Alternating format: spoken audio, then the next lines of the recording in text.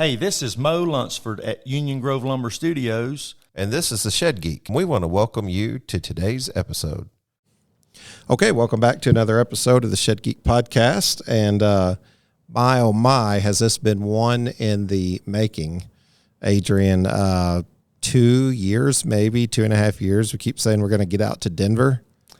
Yeah, it's definitely been a while. Every show we bump into, every organized event, I'm like, all right, next month, 2 months from now. And that's been going on 2, maybe 3 years. Well, last year we had a trip planned out here, and we ended up having to reschedule.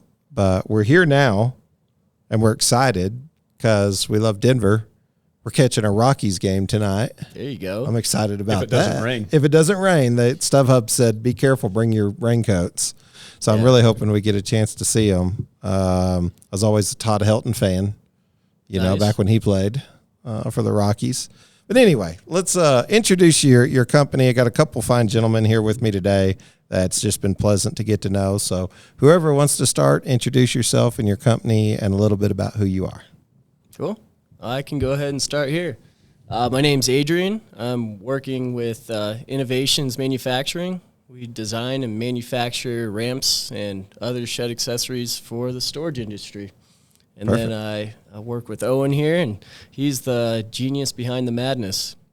He is. I could tell. That's one way to say it. Yeah, just from hanging out with you. So, Owen, you most folks probably know you, but you want to introduce yourself maybe and tell us who you are. How'd you get started? Yes, Owen Bunker with, so we started Innovations Manufacturing 12 years ago. So January 2nd, 2013 was the first day of production. Okay. I was in the shed business for 20 years prior to that, designing product, materials, factories, equipment, and really I just wanted to do it for myself. So I caught myself actually in my office one day watching the clouds. They were really interesting. In fact, they were more interesting than what I was doing, the job I was supposed to be doing at the moment. And I loved it. It was a great career where I was. But I realized I needed to adjust my attitude or get on with it. And I really wanted to have my own. So that was the day I made plans to start Innovations. It took forever to decide what to call the company. And we went with Innovations Manufacturing because I didn't want to be limited. Mm-hmm. And my intention was to design new product. I had no interest in selling the same thing everybody else did. It needed to solve a problem or offer something that wasn't already out there, and that's what motivates me. Well, you couldn't be more right in like not limiting yourself. I mean, we've already experienced that with Shed Geek.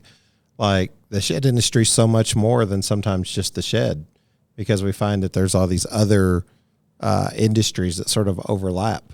Yes. You know, metal carports and post frame and pergolas and chicken coops and furniture and you name it. It keeps going. So, but I don't know. Construction Geek didn't sound as good, you know. So That's hard to win. Yeah. Shed Geek is where it landed, and that's just what we do and the platform we try to grow. So, Adrian, I can just from being able to do the tour here with you gentlemen today, I can tell you I agree. Owen is the what'd you say, the organization behind the madness or the madness behind the organization? I'm not sure. The genius behind the madness. Yeah. Because there's so much going on in the shed industry. And when I started, I knew nothing about it. Didn't even know that this was an industry. And it's so big, and we're trying to capture a little bit of everything. And every time Owen comes out with a product, it's like a feeding frenzy on how to get it out there, and all these people want it and getting it to them in a timely manner. It's a lot of fun. And I got a feeling there's a lot more madness to come or genius to come. Is that right, Owen? Well, I don't know about genius, but sometimes we're lucky. Yeah, well, Sometimes it works. I always find that people who are lucky seem to always be working. You ever notice that? They're always busy. They're always grinding it out, and somehow they're lucky. But maybe there's a correlation there with hard work, and that's probably the case for you. So Owen, tell me what sort of prompted that? You sort of talked about your cloud moment there, where you're staring out into the madness, and you say, "Hey, I need to change my attitude or change my direction." Why shed ramps? So for about 20 years, I was in the shed business prior to Innovations. And it always bothered me that when a customer asked for a ramp, we didn't have something for them.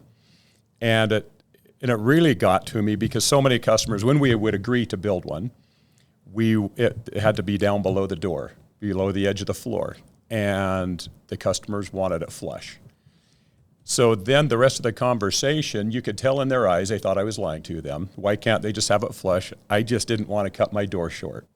But I was being truthful, and so sometimes I would give way and we would cut the door short, and then we'd have to go replace it when the water came in or the dust. And then they knew what we were talking about, but I always kind of felt like they thought I was just lying and wanted to sell a shed and move on. So honestly, I sat down and sketched it out, and I thought, how do I solve this problem? How do I give them a ramp that's flush with the floor and also steps down and allows them to leave it in place and close it? It shouldn't have been a hard thing to come up with, but it didn't make sense. So I drew it down. I had a scratch paper I held for 6 months, and then one day it hit me. I thought, that's how you do it. So we did our sill plate with 2 hooks in it. There were a few different designs I looked at. This one worked best for me. Then we prototyped it and built it. And so then I thought, it's time to break out and do it. So we went with a few products, but that was the first one. It solved a problem.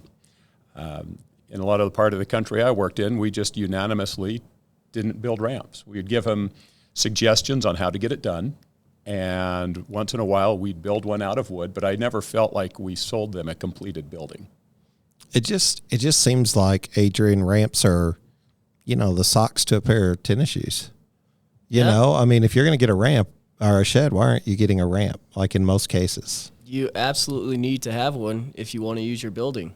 Yeah, it seems like the most obvious thing, and you end up having to go after out of market to get this, right? You end up having to, you got manufacturers here or shed sellers here that can offer this product now, Yes, so easily, but they allow them to leave or go to Home Depot or Lowe's or Menards or somewhere or their local hardware store. It's like, hey, we've got a solution for you. And it's shed specific. That's what I like. It's shed specific. So, where do you feel like these ideas come from, Owen? Like this ingenuity spirit, this sort of a visionary. Would you call yourself that, or Adrian? Would you call him that?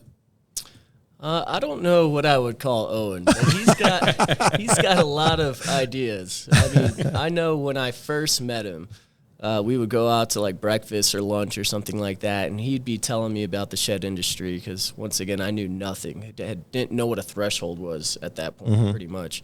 And as we're talking about parts, he'll pull out a napkin and a pen and then just start drawing something up. And I'm like, what is this guy doing? And he just folds it up and puts it in his pocket for later. I mean, that sums up Owen in a nutshell. He'll come out with 1,000 different prototypes before coming out with the one perfect one. So is this just like just a passion of yours, Owen? Has this been something you've always done? Do you have like engineering background? What drives this? I enjoy creating something new. I love the challenge in designing something. I spend a lot of time in the shed industry, so I picked that. I like making other things, but really I like solving problems. And when somebody says it can't be done, or we just do it that way because that's what we've always done, I've just never been good at accepting that. I think there's always a better way. And so I'll say when I get to do design time, that's actually what I love. Some of the time here I've got to run the business. Yeah. And work in the business, and I don't know that I'm as good at that or as passionate about that. It's a job that has to be done. But sometimes I get to put that aside. I get to turn on the radio, usually classic rock, and then I open up AutoCAD. I've got my scratch pad, and I start drawing. And sometimes I just pick something. There's a lot of low-hanging fruit in this business. A lot of people generally do what people have always done. And you might ask, why are you doing this in such a complicated way? And the answer is that's just how it's done. I don't know if you've listened to the podcast often, but I've told this story once or twice about our pastor who used to have this story he would give in his sermon about the way things always been done. And he said there was a lady who was cutting a ham for Christmas, but she had to cut off both ends of the ham to stick it into the crock pot. And it was like, the daughter was like, why do you do that? And mom was like, I don't know. My mom used to always do that. I was like, well, let's call her and ask her. And she's like, okay. And they call and said, why'd you start doing this? I said, I don't know. It's because my mom used to always do it. It's like 4 generations of this happening. Like, oh, your mom used to do it. So they call great grandma and they say, hey, we're all trying to figure this out because we've been following your lead, cutting the ends of the ham off before we put it in for the Christmas dinner. Why'd you always do that? Because we've done that too. And they said, well, it's because we never had a pan big enough to fit the ham. So I think that's how it works a lot of the time. Like we used what we knew when we had it available until something better came along, but they just didn't change. So I applaud you for being someone who I would call a visionary. And I'm going to say, just sort of on the record here, I've known Adrian for 2.5 years, I'm going to say. Yeah, at roughly. least. And I know I met Owen. We met in Salt Lake at Shed Hauler Bash. I do remember. We did. We met there. We've met each other at the Shed Show a few times. Yeah. And I had no idea the size of your organization. So I want to kind of give a picture of like the organization for the industry to sort of understand, like, you guys are very well organized, buildings larger than I anticipated, and products that I had no idea about, or like the amount of products that you guys, put out there. So I received a full formal education today, being able to come here to Denver, see your shop, see what you guys are doing. And the word or the name Innovations in Manufacturing rings a little bit different to me after being able to come here, see you guys, your process, and learn more about what you're doing. So kudos and congratulations on everything you've done, for sure. Great, thank you. It's fun showing you around. That's one of the funnest parts, is showing what we do. Yeah.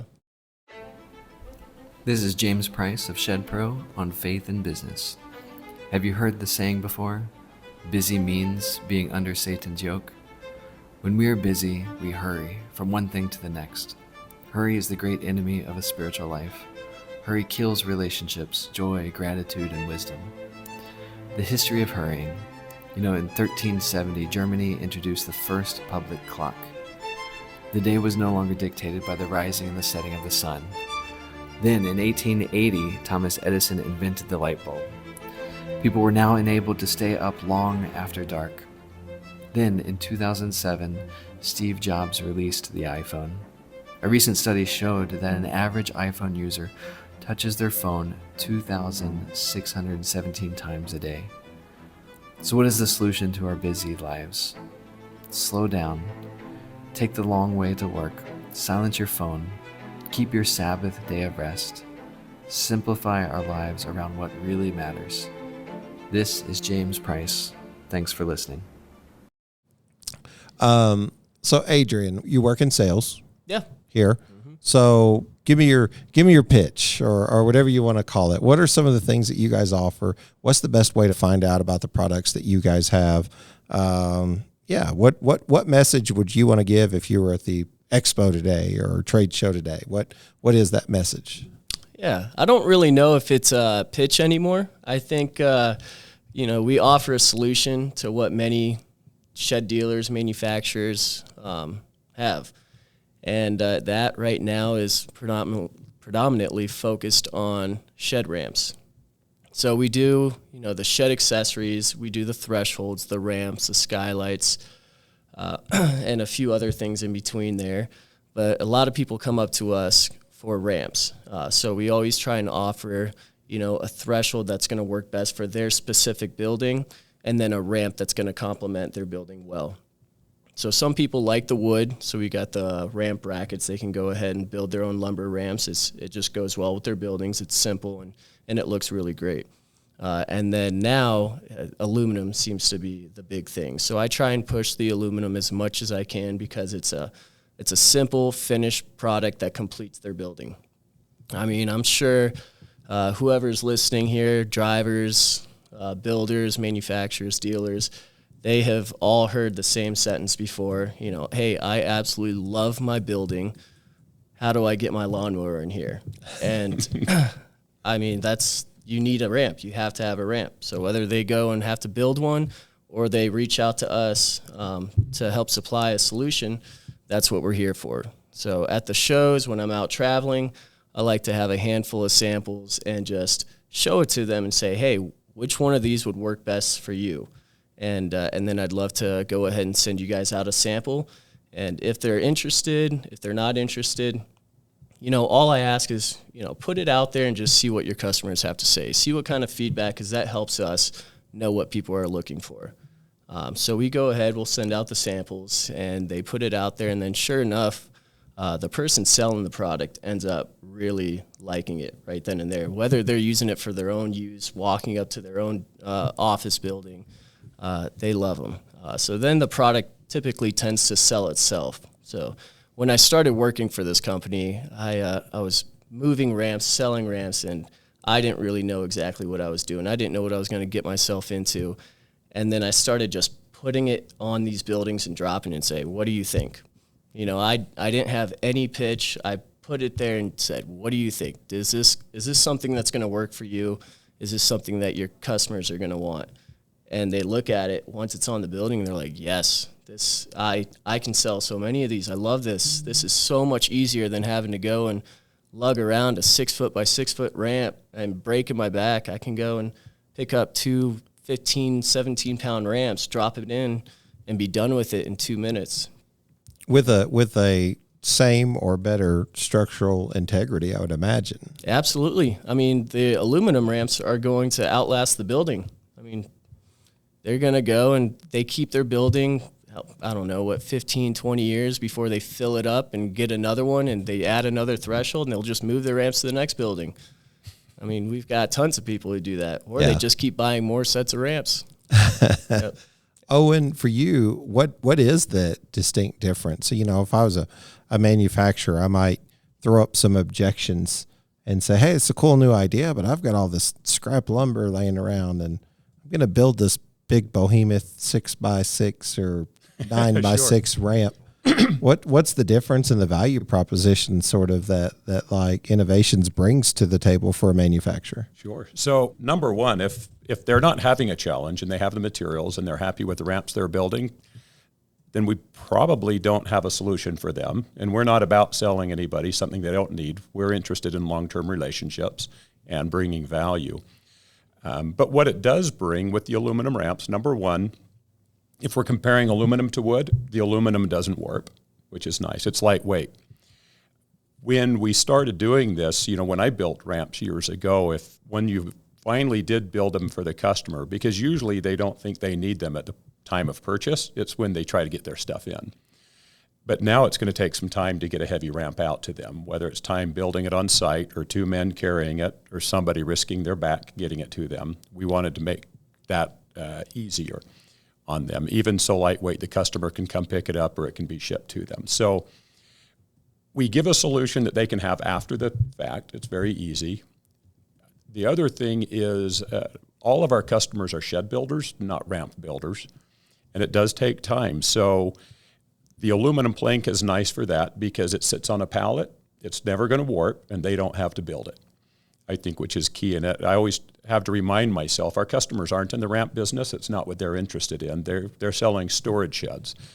And our job is to make it easier to do that, to help give them a complete building. And on the aluminum, the other feature that goes with it, capacity is a big one. So we have so many options for increasing the capacity. We have our standard product, but we also have garage series ramps. So we've got multiple larger planks for heavy loads. At a certain point, you probably shouldn't be driving that load into the building. So those are probably the big benefits of ours over. So sorry about that. I was getting a phone call, so if I seem distracted, that's what it was. I was listening all the while. Sam Byler calling me, that guy. Like what on earth? He's actually getting ready to do a podcast in South Carolina, and here we are in Denver. So it's exciting watching this. I'm used to doing this by myself, so seeing it grow has been exciting. The key thing I took away there is you said, they're shed builders, we're ramp builders. Right. And there's a difference. And, the convenience of what you're getting is super important because we've all heard as shed builders or shed sellers, well, I could build this cheaper from everybody who's on the lot. Mm-hmm. And I think that's the trap that we can fall into as a shed manufacturer. I don't want to pay for the convenience of having this offered whenever I have a solution there. Right. But the solution may not be the best solution for your customer. Instead, a more structural integrity ramp that's lighter, that's easier to move. And I want you to get into the details of it, because you're the one who sits down with AutoCAD or notebooks and sketches this out. How do your ramps work, and what sort of sets them apart? Get into the details, and if nothing else, if we can't send people to your website, we'll get some pictures or videos from you guys, or pull them from your website and show them in this podcast. Sure. If we're able to. How does it work? How does the mechanism work itself, if you were to try to explain it? Okay, so most of our ramps, it's a two-piece system. So it incorporates the sill plate and the plank.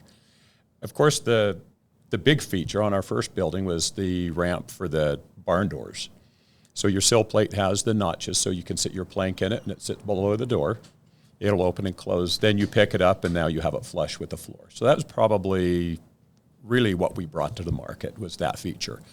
Beyond that, so they always work together. When the plank is locked in the sill plate, the shed can settle.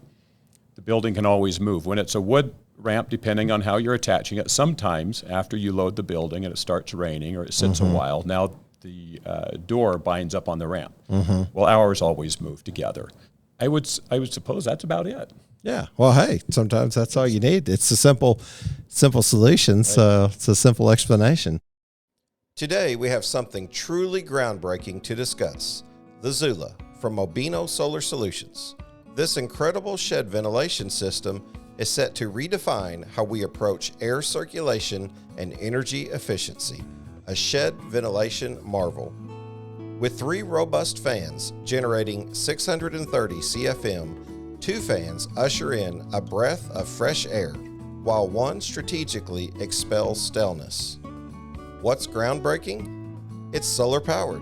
Harnessing the sun's energy, the Zula is a sustainable dream, eliminating electricity costs. Sleek, powerful, and eco-friendly, this system is a game changer for those seeking efficient air circulation without compromising on green values. Visit Mobino's site for more of this innovative solar shed ventilation solution and use the Shed Geek 10 for an extra 10% discount. Just visit www.mobinosolar.com.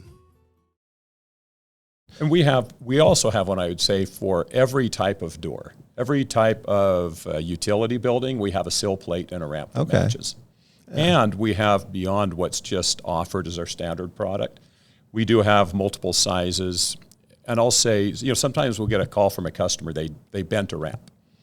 Or their customer bent a ramp, and they usually drove up the edge of it. But when we get that call, we like a photograph. We like to know what happened to it so we can approve upon it, and then we make it right. We send them one. So we've covered 100% of the calls we've had. Even when it was clearly probably misused or overloaded, we still find out what it is that they do need, and we get it out no matter how crazy that product might be. Now, when I say that, I think probably in 1 year, how many ramps did we replace, Adrian, that might have? Not a whole lot. It really hasn't been. Yeah, I'd say 4. Maybe we'll send like an individual ramp. It's those guys who will go and buy, like a 6-foot ramp, 5-foot ramp, put it on their garage door. And typically they're using it for their ATVs, lawnmowers, side-by-sides, your standard use. But then they're like, you know what? I bet you I can fit my car in this garage. Let's put a tank on that. And and they'll go ahead and drive their F-150, Dodge 1500, whatever it is, and they'll drive up that and be like, oh my gosh, I can't believe I bent this ramp. And it's just our standard duty, no extra support. So I'm like, that was bound to happen. Yeah. But let's go ahead and make this right. Send me some photos. And if you plan on driving this truck into this garage, again, I'm going to send you something that's going to work for you. So you do have an option there if you want to go beefier, if they're looking to pull tanks in and hide them in sheds. What's the option, for the heavier vehicles? Yeah, we have our heavy duties and our ultra heavy duties. Our heavy duties would simply be our standard duties with an extra center support rail. And then for vehicles, I always recommend the ultra heavy duty, which has these H-beam inserts designed for our rails that slide inside, and they increase the capacity by a couple to a few hundred pounds per tire. Man, sounds like you guys have been doing this a week or two at least. Got it figured out, pretty quickly. And that's something I wanted to mention is Owen said earlier, if we have to, we'll send that ramp out. So I'm guessing you guys, you only operate in Colorado? Is that? We operate all over the place. So our main hub, our office is here in Denver, Colorado, but I'll be out on the road and I travel to everywhere I need to go. And you guys ship to everywhere. We ship to every state, and then several areas in Canada. Okay. So, and I think you were even telling me, we were joking around about Mexico. We were like, hey, we're looking for shed guys there. I'm looking for them too. I'd love to see, something south of the border, like if it could work. I just don't know when or if it could. One kind of fun story. We do some shipments where we have to almost put the product in crates because it goes on a truck. Oh, yeah. Then it has to go on a ship through rough waters and then unloaded and on another long drive. And so it's kind of fun. When those are being boarded up, the amount of shipping materials that goes into it, it looks kind of overkill. Well, I had no idea. I mean, I know I've met you. We've talked several times, hung out several times. We've talked about doing this podcast, more times than I think with anyone else, and just never got to it. But I just don't feel like I had the accurate picture in my head of like the how large and how organized you guys are, all the different products you guys offer, but then even what you want to do, moving forward in the future. I think you guys are really ambitious and you have the ability to capitalize on that. So I feel like your name's just going to be out there for a long time. And I'm excited to know you and know your products and things like that. In terms of like actual product, anything that you guys want to share specifically to the audience, whether it be a shed dealer, a shed hauler, is that hauler installing the ramp afterwards? A shed manufacturer, are they putting those on there? I'm assuming you guys are looking for more manufacturers who are interested in knowing more about your product. Just feel free to dope for a little bit because I came in unprepared for the size of operation you guys have. So you guys share just a little bit what you have and what you want to do, or take the mic. Feel free to run with it. Yeah, absolutely. So I try and treat each customer or dealer, whatever we want to call them, a little bit differently. So if I get a phone call from a manufacturer, I kind of take a look at what kind of buildings they want to push these ramps on, and then we figure out what ramp system is going to work best for them. And it's going to be very different between, a manufacturer and then a shed dealer. Some shed dealers sell more than one manufacturer's buildings. Some dealers want to buy a pallet, and they have, let's say, 5 to 10 dealers that they distribute them to and sell them from each lot. We also have a lot of dealers that are a little bit smaller that say, hey, I don't have the storage to put a pallet of ramps. I don't want to go and hold capital, storing however many ramps. But I do need a solution to offer to my customers. So with those kind of customers, we do offer drop shipping. So we go and they just become an affiliate through shedramps.com and say, hey, let's make this easy for you. You go ahead, you give them this flyer. We've got you supplied with some dealer samples, some literature. You've got your coupon code, everything that you need to sell ramps. But now that problem you once had is no longer an issue. You have something you can offer your customers. And it's really been growing. The people who are taking advantage of it, they're taking videos, putting them on YouTube and saying, hey, if you need a shed ramp, go ahead, click on my link below. And now these people are selling ramps all over the United States. It's wild how it's working, but they're just collecting their checks and they don't have to do anything. They're not spending any money. They're not having to store anything. It's just working very well. And then we have, the manufacturers that want to offer the ramps with their buildings. So they go ahead and purchase them a little bit differently. Instead of, smaller pallets, they'll go ahead and buy large items in bulk, buy the full skids, buy the thresholds to go with it, and pair it up on the building. And then, they're getting their wholesale rates, getting the best bang for their buck, and just selling them for whatever margin they want to sell them for. So the make sure I'm understanding this right. The shedramps.com sort of works in the B2C market. It's straight to consumer, but you can be an affiliate if you're a dealer or a manufacturer, and you can get paid. You get that nice little check, that mailbox money, right? For just simply selling this thing that you guys are taking care of the logistics for. Yeah, we do. That's a no-brainer. Every part of it. And that's a great option for, you mentioned delivery guys. That's a really good one for delivery guys, because if they're an affiliate, they all deal with it. Every delivery drivers know the need for these ramps probably better than anybody else in the shed businesses, because they're the ones dealing with it. When they whether it's a shed builder or a delivery guy, they're the ones answering back to that customer how to get a ramp or how to get it in the shed. So if they're ready to set them up. They get the customer what they want. The product goes out within a few days typically, and they make a little extra money, so it's real good for them. The other part for delivery drivers, we do sell to some. I think we sell to a couple delivery drivers by the pallet actually, and we'll sell smaller when they're delivering a building. Oh yeah, that's it's no brainer right here. I can already.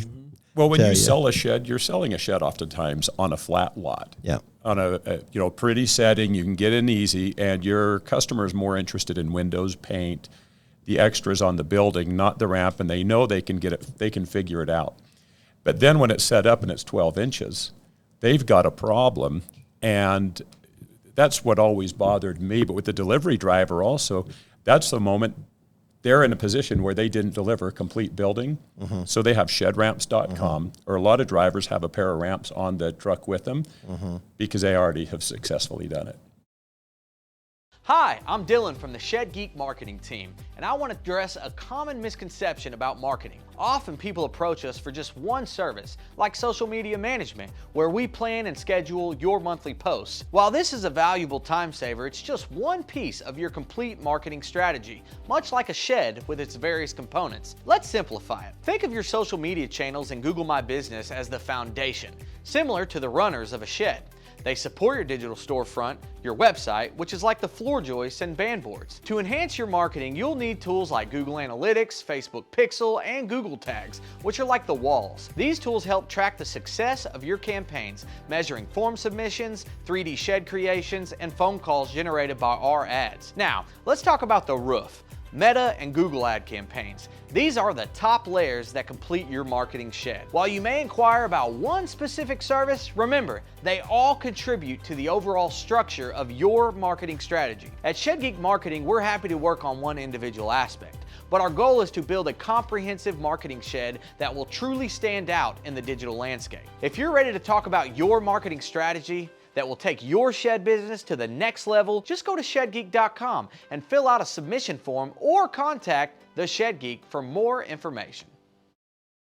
One of the things on the ramps that's real nice on the sill plates, when we started producing that, early on I was talking to a customer and I said, really, this is the sill plate that belongs on every shed. And the funny thing was, he called me back a week later and he said, you know what, we're going to do that. But he also followed up and he said, it has been so much easier because when it's on the building, we don't have to worry about taking care of the ramp later on. When the sill plate's on there, we can send them the planks. They can stop by and pick them up, or we can drop them off. It's no longer a feature that has to be added to the building. That makes sense, yeah. So for those that use it, and a lot of builders have gone to it as a standard feature, and one of the reasons for shedramps.com, and it really wasn't so much about connecting with the retail customer, it was about having the mechanism to send that customer a set of planks. You know, they've already got the sill plate on the building. We just need to get something to them. So whether we're selling it direct or through our wholesale customer, and it's really the wholesale customer, the delivery driver, the dealer, the manufacturer, we prefer to sell our product through them. We have the retail website because it's just become necessary. There's a couple of things that you hit on there that just really made obvious sense to me, like being a shed hauler. Yes. Like imagine having one of these available and you get out there and you get this set up and they're like, man, we really need to get a ramp. Well, actually, I'm glad you asked. I'm glad you asked, because for only X amount of dollars, I can take care of that right now. It's just an add-on for you to be able to help the customer. It gives them a better lasting impression. The hauler's usually the last person to see the customer anyway, to represent the company. And so, you know, they've got it delivered and that's when it's finished. So if you can add that extra touch, but even selling something like this, it's a bit of sales after service, and everybody, our service after the sale. A lot of people don't talk about the service after the sale. It's like you got the shed, you solved their problem. Their problem was they needed a place to put their mower. They just bought it, or their motorcycle. They didn't want it staying out in the rain anymore, so they went and bought a shed.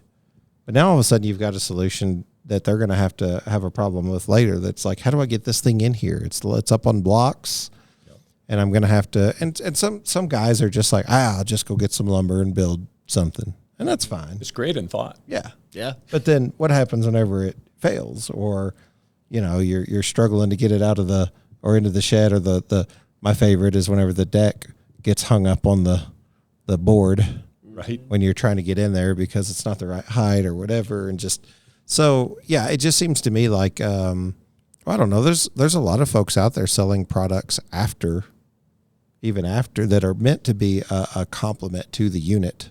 Yep. It's a complete building. Yeah. When you deliver it with a ramp, it's a complete building they can use that day. When you don't give them that, or have the ability to give them that, they just spent $6,000 and they don't get to use it until they can solve that problem. That's a great point. So for us, I've never felt like it's about adding a sale or selling something. Mm-hmm. Again, we're supporting the shed business. We're in the ramp business, but our customers aren't. But it is their business to deliver a complete building that can be used on the first day. Yeah, I like it. Yep, and I get that phone call every single day. We go and they find us on Google. They find shedramps.com, and they're like, hey, my building was just delivered today, and I can't use it. And I am trying to get my motorcycle in here by Friday, or I'm moving things. We're cleaning out our garage. I need this by Saturday. They're calling me on a Wednesday, and they're like, can my ramps be here by Friday? And I'm like, all right, we'll package them up right now. We'll ship them out. And it's showing it'll arrive on Friday. And then they're thrilled with it. For the haulers and the dealers that are listening to this episode, it's a no-brainer to become an affiliate partner. Oh, absolutely. To become an affiliate partner and sell that thing, and you drop ship it to them, and you're adding value to the customer on their way out the door. Like, I hope you guys get 1,000 calls. I mean, there's like, why would I be a selling sheds and not be doing this? Yeah. I remember just a couple of years ago, maybe it was last year, I don't know. I'm losing track of time these days. But I got on the phone with a shed hauler, and he wanted to get introduced to ramps. Like, I have people ask me for ramps all the time. I've seen your product on other buildings. I'm interested. I'm like, perfect. So I talk about, a starter kit, which is a very popular order that we do. It consists of 15 thresholds and 15 sets of ramps, and people usually burn through that fairly quickly. So we ended up shipping him out a starter kit, and he burned through that starter kit within his first week, and immediately ordered one skid, a full skid, which for a shed hauler, that's a good amount of ramps. It's 60 sets. And then he called me 2 weeks later and said, I need 2 more skids. And I'm like, how many buildings is this guy moving? Well, and he's tapping in on selling those things too. He is moving them like crazy. So yeah. I love those little success stories, but it all started with the thought, and then a starter kit, to 3 skids of ramps, all within the course of a total of 3 months. And even for a large dealer, that's a good amount of ramps to move. Yeah. Yeah. No, I agree. To me, it seems simple. Hey, listeners, we all know how important a strong reputation is in today's market. You can't just rely on word of mouth anymore. Did you know that 96% of consumers check out online Google reviews before making a purchase? The companies with the highest ratings, most reviews, and frequent testimonials are the ones winning more business. That's where Liftify comes in. They've developed an innovative solution that automates the process of getting your customers to leave Google reviews.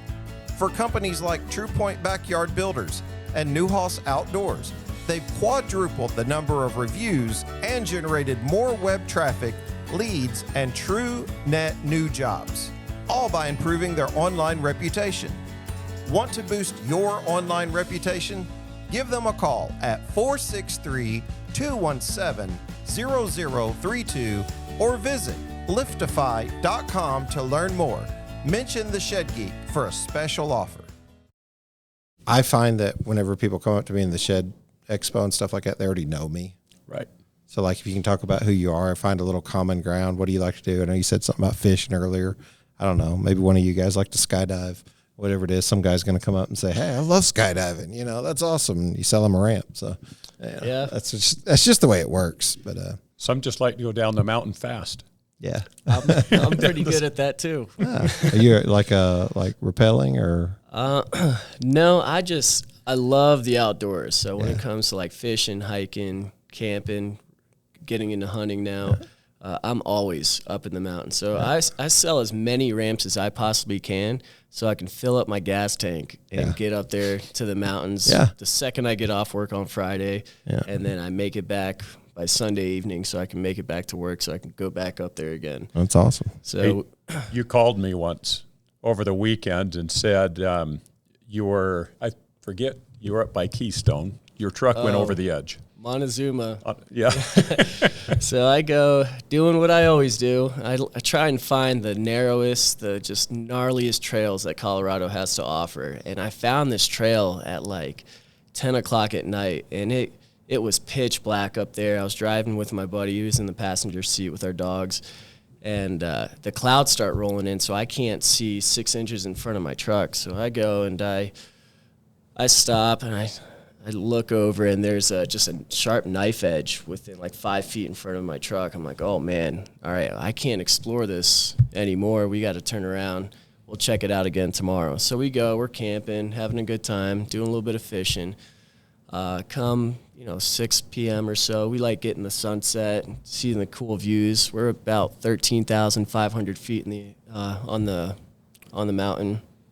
And I drive up there, and this trail just gets so narrow. I mean, I've got one set of tires is on the side of the mountain, the other's just on the cliff edge. And sure enough, I couldn't control this one anymore. My truck just starts slipping off the side, and I'm like, all right, it's either rolling down or steer it down. So I go and I steer it down. There's no way of getting this truck back. It was right before the Shed Show in Cincinnati. I remember this pretty clearly. I call Owen up. I don't know when I called him, but they sent the search and rescue helicopters, Colorado 4x4 team. By then, like, we were stuck out there for 6 hours. I don't think, because I couldn't get service, so I had to hike up to the top of the mountain. Probably The mountain you just came off of. Yeah, I had to hike up back to the top, and finally have service. I call. Sure enough, they find me through the helicopters, and then I made it back. They sent the four-wheelers, and we we're good to go. I call Owen. I'm like, oh, man, I just lost my truck. I don't know how we're going to get this off this mountain. And told him I was safe. Everything was good. But I had to go to the Shed Show like 3 or 4 days later, and I'm calling all these Jeep rescue teams, Colorado Search and Rescue, or Colorado 4x4, forgot what the name was. They ended up getting like 10 Jeeps together, and they all linked to each other and pulled it out. But I was out of town. I was at the Shed Show when they were doing it. So that my truck was stuck up there for like 2 weeks. Oh, wow. And they pulled it out like 3 days before the first snow, because as soon as it snows, that trail's closed. I wouldn't get my truck until next summer. And luckily, I had a buddy who had just moved to town. He's like, all right, I'll go up with them, and we'll get the truck back. And the guys called me who were pulling it out, and like, what were you doing with that truck up on that trail? That is strictly like a 4x4 lifted up Jeep trail. And I was like, my truck made it. It didn't make it that well, but it made it. And sure enough, nobody thought this thing would start. They pulled it up. It started right up, first crank. I cracked some wheels and needed some new tires after, but they pumped them up as much as they could. We drove it on back, brought it back to Denver, and first thing Owen said is like, go get yourself some new wheels and tires because I need you showing up to work. And I'm like, all right. So I went ahead and did, and the first thing I did was drove it up another gnarly trail. But these tires, they grip the road a lot better, so I wasn't slipping off. So what's some more stuff about Adrian that's unique? Are you native here to Colorado? You grew up here? You've been here your whole life, or? No, I've got a pretty interesting story. I was actually born in France in an aristocratic family, so I've got a crazy, crazy long name. And then I moved to Florida when I was 4 years old to Jacksonville, and then I moved to St. Augustine, and then to Fort Lauderdale. And then I spent some time in Fort Myers Beach for a few years, and that's where my love for fishing. I guess really when I moved to Florida, I just was this diehard fishing guy. And I thought I was going to live in Florida forever. I went to college there, and I was like, I'm going to become a charter captain. This is going to be my life. And then somebody told me one day, it's like, you need to get out and explore something else. And I was like, no, Florida's perfect. It's got everything I want. It's paradise. And then one day I was like, you know what? Maybe that person's right. So I took a shot in the dark. I went to work the next day after having my epiphany, and I asked the regional manager at this restaurant I was working at the time, I was like, could you please transfer me anywhere in the U.S., literally anywhere. I mean, I'd never seen snow or anything like that. I was like, Colorado. The manager picked it for me. So she said, I think you would love Colorado. You're a big outdoorsy guy. And I was like, perfect. Let's do it. I finished school in 4 or 6 months, transferred me to Colorado. I didn't even come up and check out the place first. I went and I picked an apartment that a friend told me he lived at once. And I was like, cool, let's do it. Packed all my stuff, got my dog in the car, moved up to Colorado. And then I started working for Ford. And that's just, I love cars. I figured Ford would be a good spot. And that's where I ended up meeting Owen. Owen came in for a truck, and like we discussed earlier, nobody knows how his mind works. So he asked for the most unicorn type of truck I've ever heard. He came in, and we're building this truck together. And I'm like, to be completely honest with you, Owen, there is no chance I will find this truck for you unless you build it yourself and buy it brand new. And he's like, okay, well, keep your eye out and let me know if you find something. And if I decide to come order one, I'll come back and I'll use you. I was like, okay. Sure enough, I don't know how many months it was. 3 months later. 3 months later or so. And I never saved people's phones, their phone numbers. I never did, because I talked to so many people. For some reason, I saved Owen's number. I just shot in the dark. Don't know why. I just did. I guess it was Lord telling me to look for a new opportunity. But I find this truck, and it's this Lariat Super Cab F-150. I'm like, oh my gosh, this is as close to what he's looking for. I've never even seen one before. Didn't know that they even existed. So I go and I snapped some pictures of it, took a video, and I called Owen. I was like, Owen, your truck is here. It's not the color you want, but this is as close as you're going to get. And I think from there, he could probably take over. He found somebody he was looking for as a salesman. Like, if this guy could remember, this is probably who I need on my sales team. So that's exactly what it was. Actually, I remember when I went and looked at the truck, I thought, this is ugly. Yeah, I thought so too.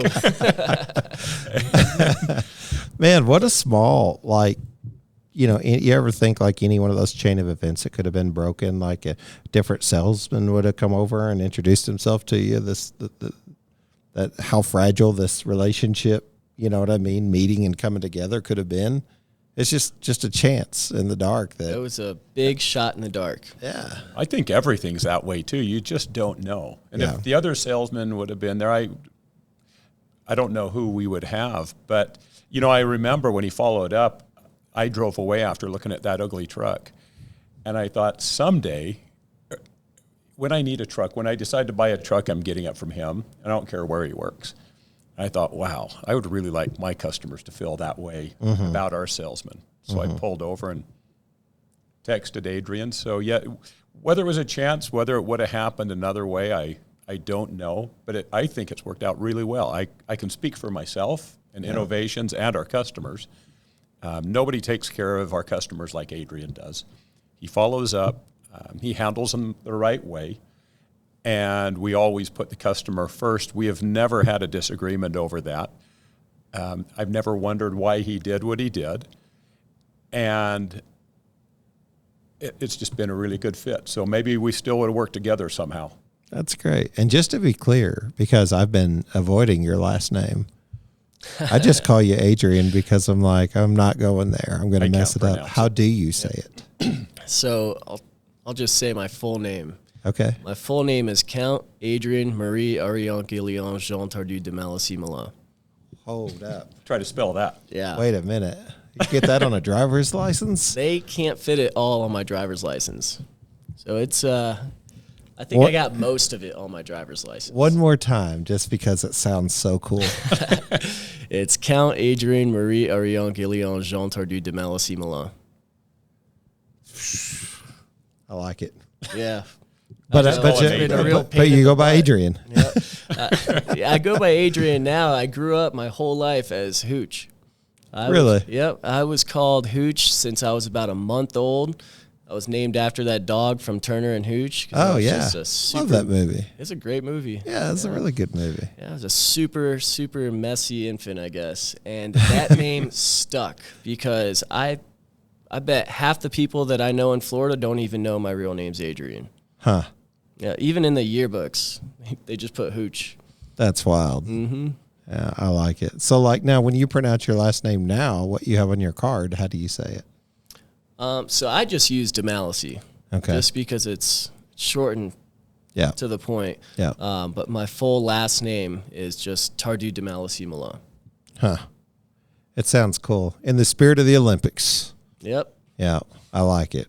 Born in France and the whole thing. Do you ever go back over, like you've got family over there still? Yeah, I have a huge family over there. I hadn't gone back a whole lot. I went back when I was 18 for just shy of a month, and my brother-in-law and sister are setting up a trip. They want to go and surprise my dad sometime next year, maybe April or June or something like that. So we'll go, and me, my brother and sister will all go and see each other in France. Yeah, I love it. Love the story. Managing your rent-to-own contracts just got easier with RTO Smart. Designed by leaders in the rent-to-own storage industry, RTO Smart was handcrafted to enable you with the tools needed to manage your own contracts your way without using a third-party rent-to-own company. RTO Smart is your one-stop shop, allowing you to generate contracts and manage customer accounts from start to finish while maintaining simplicity and flexibility. Call us today at 316-618-9396 or visit our website at rtosmart.com to schedule a live demo and discover why RTO Smart may be right for your business. Owen, how about yourself? How did you stumble into the shed industry, or where'd you get your start? Tell people a little bit about who is Owen, the genius behind the madness. All right. Well, the first part I can tell you about. Do you know it was a long time ago, 91 or 92, I decided it would be a great idea to build storage sheds. I was trying to figure out what I was going to do, and I thought I could componentize these and make them easy and make good money at it. So I sat down and designed all my cut lists. I designed my factory and the tools I would use. And then I was getting ready. I secured a spot in one of my brother's buildings to put it together. And then a little brother came home and told me about his new job. He worked for another shed company, and he described what it was. And I said to him, get me a job there. And I thought to myself, before I spend what little precious little money I have starting this up, let me go see how they do it. And so I went to work there. He took me in. I got the job, started working. They were so good to me. After about 3 months, I realized I can't do this. I came here to see how they do things. They've been good to me the whole way. I can't just leave now and build sheds. And so the next day, I brought in all my information. I brought in my cut sheets and my equipment layout and my shop layout, and I pulled the manager aside, my boss, and I said, I have to show you something. This was my plan when I came here, and I was going to learn what you did, and I wanted to get a little smarter before I went at it, and this is what I was going to do, but I can't. But I can't stay here either, because this isn't my plan to build sheds forever. So he was appreciative. He said, he told me at the time, he said, well, if you do build sheds, I'll make sure I underprice you on every one of them. You'll have a hard go at it. But if you decide not to and you want to do decks and fences, we'll send you referrals. So that's what we did for a while. For a couple of years, I did decks and fences. In the winter, when I was slow, I could always show up and build a shed. I could just show up unannounced, and they would pay me for the day or the week to build sheds. And at the same time, during the summer, if they were in a real pickle, after I got my crew going, I would drive over there and load up a kit and go out and build the shed. So we had a great relationship for a few years, and then I had a kind of a crossroads. I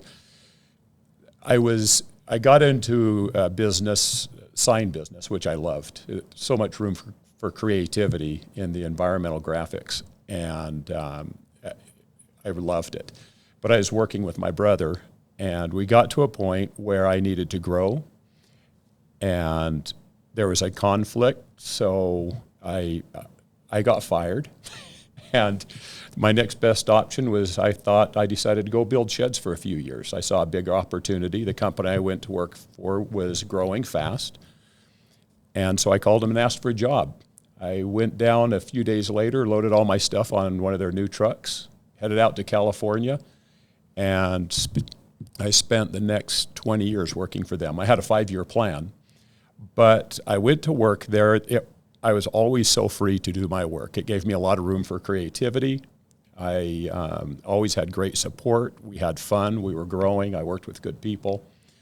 And so that worked until the story I told you earlier when it was time for me to move on. And it wasn't that I had a bad experience at that time or anything was wrong. I was ready for a change. I love hearing people's stories and how they got started. I'm as intrigued in that as I am the shed industry.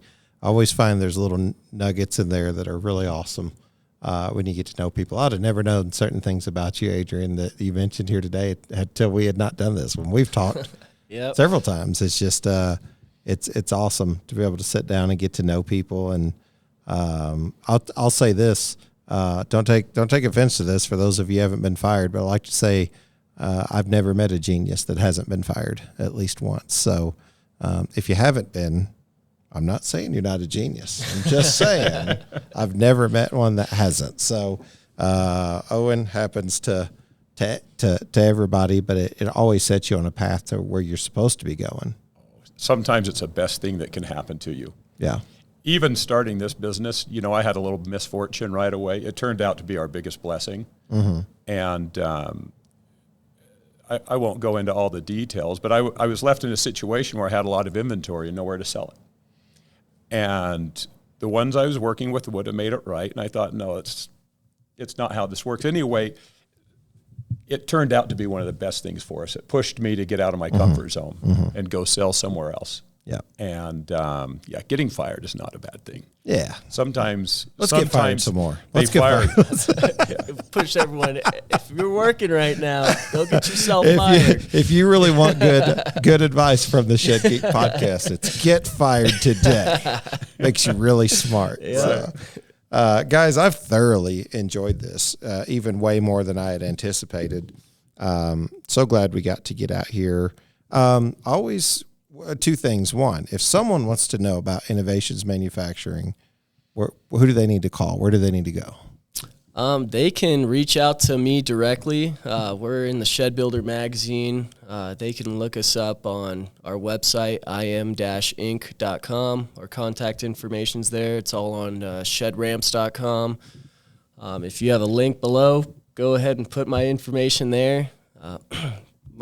My cell phone's always open. If you text, by all means, shoot me a text. I love it. Email, text, phone calls.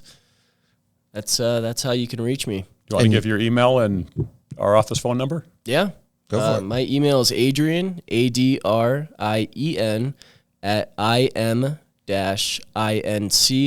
@im-inc.com. Office number is 303-321-0945, and my cell phone number is 239-579-6233. And what we're not going to do is make your whole name your email address. No. Okay. No. All right. Just so that people don't struggle through making sure they're getting all the I's dotted and It's been T's 5 years crossed. for me. I could not get the first half of it. Yeah. One more time. I got to hear it one more time. Count Adrien, Maria, Ariane, Guillaume, Jean Tardu de Malice, Milan. Dude, that's the coolest name ever. I would drop that everywhere I went. Yeah. Like, hey, my name's Andre, blah, blah, blah, blah, blah, blah, blah, blah, blah. They'd just be like, yeah, okay, right. Yeah, but it sounds cool. Yep. Some people meet me and they love the count part. So when I walk by, even at the Shed show, like, oh, there's the count. There he is. I like it. Very cool. You guys are really awesome people. You're very personal. You're a great host. I appreciate you guys letting us be here. We enjoy our time and have out here with you guys. Want to know you more, and I just encourage people to go to Innovations Manufacturing. If you're curious, check it out. Give them a call, text, email, something. Figure out a way, because they've got a really neat operation here with some really cool products, and we can't do as good a job of showing you all of that here today, but man, really, really impressed what you guys are doing. Always give everybody a chance to ask me any questions if you have any. I don't know if you have any. It's not required, but always like to let you turn the mic around, ask a question, whether it's shed-related, podcast-related, anything related. In full transparency, I'm happy to answer if anything comes to mind. So what do you enjoy? You're out doing podcasts. Probably your favorite place that you've done podcasts, or what's your best adventure along the way? What a good question. Man, there's been so many good adventures. There's been so many fun times. Obviously getting to travel with my family is really cool. My wife now works with me full time. My son works with me full time. My daughter works part time with us, but is at the house mainly full time. It seems like, with the grandbaby, so that's cool that I get to do that.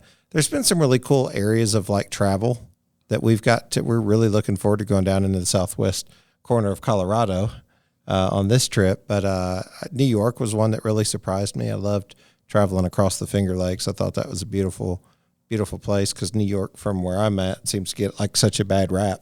But I think that's New York City. Right. And the rest of the state's actually really beautiful.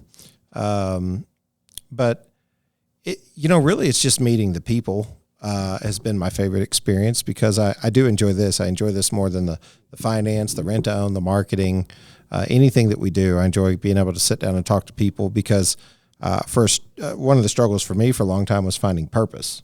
And as I began to find that part of my purpose was this, it's sitting down and building community and talking to people. And I think that's why we've had a blessed adventure on this. Is we did this as a labor of love. When I started the podcast, I threw $8,000 into it and didn't anticipate selling advertising or having marketing or RTO or none of this stuff. I anticipated sitting down with customers because I enjoyed talking to them, or potential customers, or other people like-minded in the shed industry that would maybe never be a customer. I just genuinely enjoy fellowship with people. So when you get to know their story and all that, you develop trust. And when you develop trust, sales and other things happen. Yeah. It's I didn't mastermind this. But it's just amazing. I do. I love it. I love being able to go out and take my family on trips and meet new people and see things. And we're a lot of people say, I haven't had my coffee yet. I don't like people. And I'm like, actually, not only do I like people, I love to hear their story.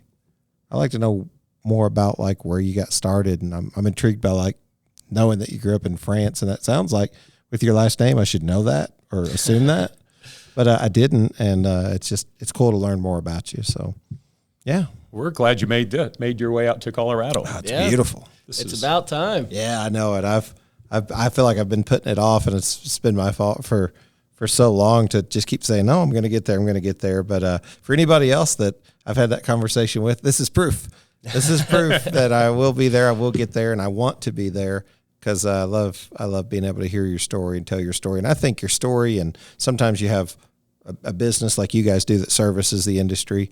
It's not just about having a conversation about the shed industry. It turns into business. So I hope you guys get just a ton of it from sitting down on this episode. So give them a call, guys. I think you're going to be highly impressed with their system, because I know I have been since I've been here. So Well, thank you so much. Absolutely. Thank you, guys. Thanks for coming Appreciate in. it. You bet. We look forward to talking to anyone who calls in. And the Shed Show.